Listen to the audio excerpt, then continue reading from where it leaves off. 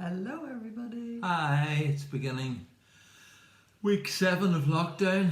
Can you believe? I know we're a wee bit, well, I talk for myself, I'm a wee bit emotional today. Really? Yeah. Oh, well, we were supposed to be going over to England this week to spend bank holiday with the family, and then the blessing. I hope you watched the blessing, the UK blessing.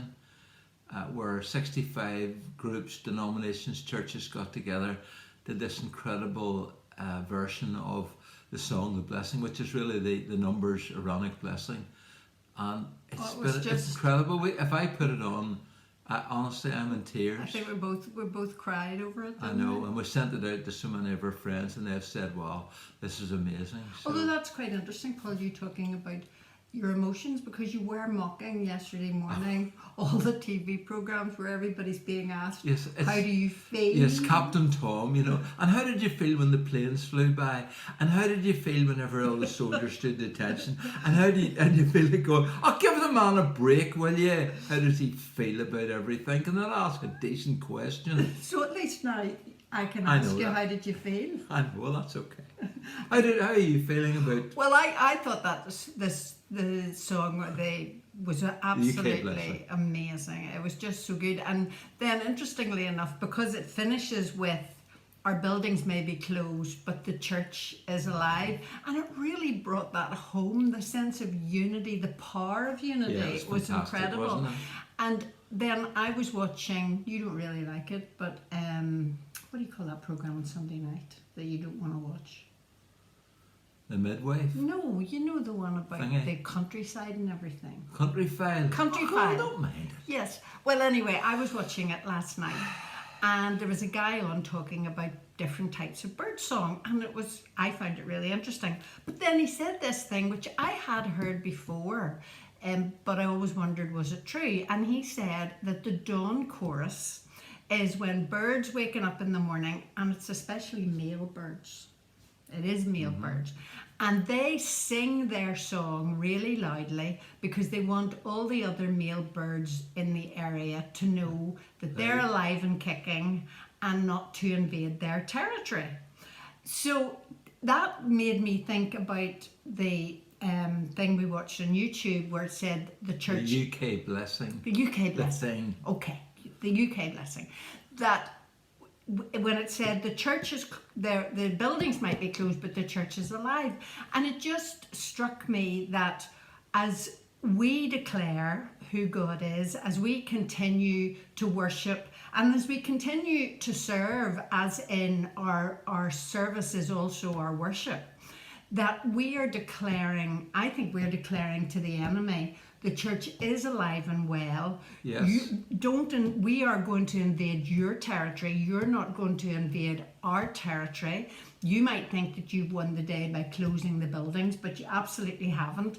And we are going to be like the dawn chorus, which is what the UK blessing felt like to me. We are going to declare that we're alive, we're well, this is our territory, and we're going to take territory from the enemy. So personally, I have felt incredibly encouraged by that. And I actually was so struck by it that it was, they said, pray it over the nation.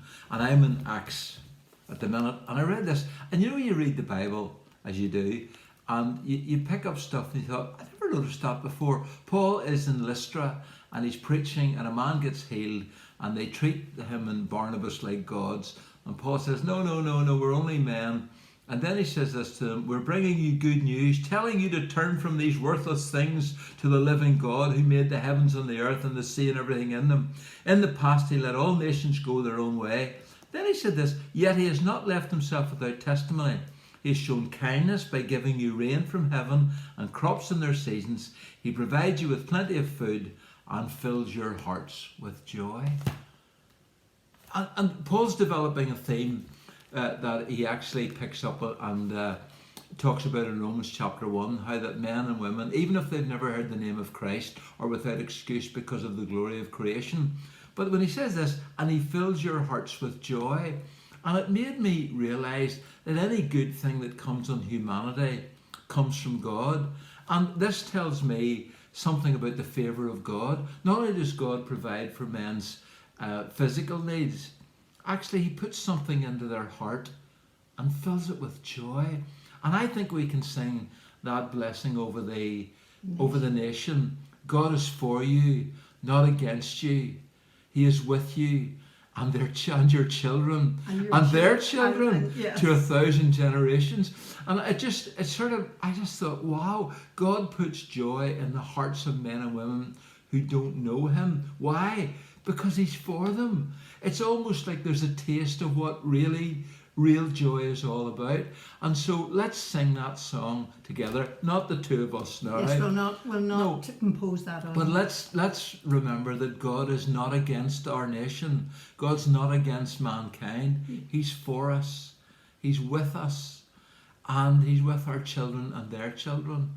So remember that blessing today. And then and everybody's talking about how you can hear the birds singing so much more clearly at the minute than at any other time. So as we hear the bird song, let's remember that we too are called to be the dawn chorus. Actually, I wrote this a wee while ago, another poem coming on, and it was because I'd heard a bird singing, and this is what I wrote.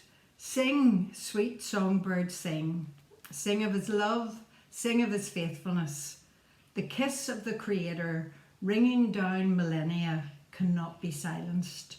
Your song, strong and true, a deep knowing undenied, and humanity with boastful claims strives to stifle its God-given song when you stir up forgotten rhythms and cadences of long-known truth.